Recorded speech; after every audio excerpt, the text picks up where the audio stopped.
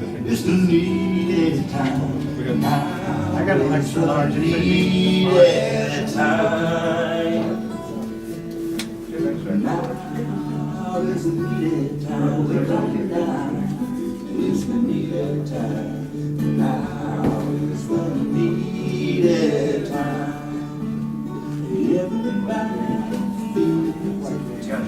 Everybody needs his love. Everybody now is the needed time. Pretty cool shirt.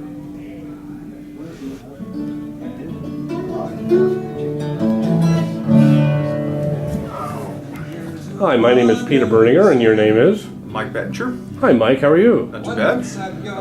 Tell us about what you guys do. I'm gas audio.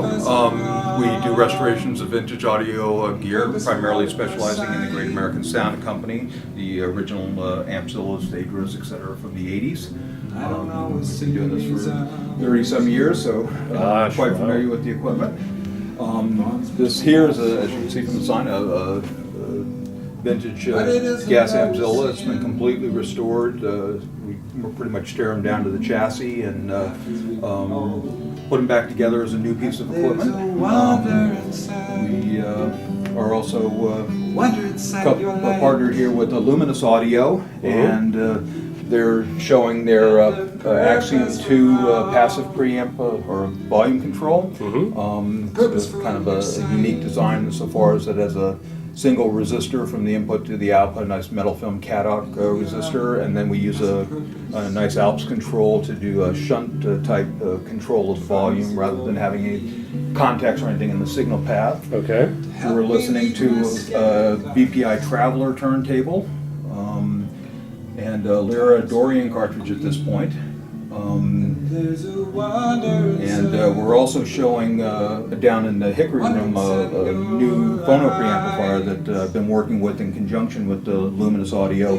That's a moving coil, moving magnet. It's down on the lower shelf, and this is more like a prototype version. It's the first one we built, and, so it's a little rougher looking. You can see that down there. What loudspeakers do you have here? The speakers are actually shop monitor type speakers that we brought along. We didn't want to bring anything too big and overwhelming for the show to overwhelm the room, whatnot. That's a smart move.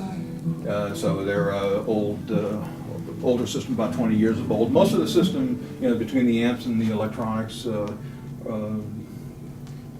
vintage equipment we specialize in. So we're not per se selling anything at the show per se other than the Luminous gear. Well, you know that I have a vintage streak in me, and have done a number of vintage reviews for Stereophile magazine. And in fact, I did my first vintage review in the Listener magazine 15 odd years ago, the ST70 Dynaco. Oh, okay. But I take my hat off to everybody who maintains and keeps the flame alive for some of this classic equipment that it just doesn't have any peers, because it was made by an artisan and electronics experts that are no longer with us and or are no longer in business. Yeah, and they came out of a time where audio was very passionate. There was a lot of really intelligent, passionate people building equipment, and these designs, just kind of deteriorated slowly over time, or sitting in somebody's closet or something of that nature. And we have a newer, I wouldn't call it business, but I would call it orphan audio that is kind of branching out from the gas sumo equipment to start doing pretty much equipment from the 70s and 80s, amps and preamplifiers and stuff. So kind of specialize in those. Well, good. Well, thank you for being in the business and keeping this stuff alive. Well, thank you. Good. Have a good show. Okay. Okay, thank you.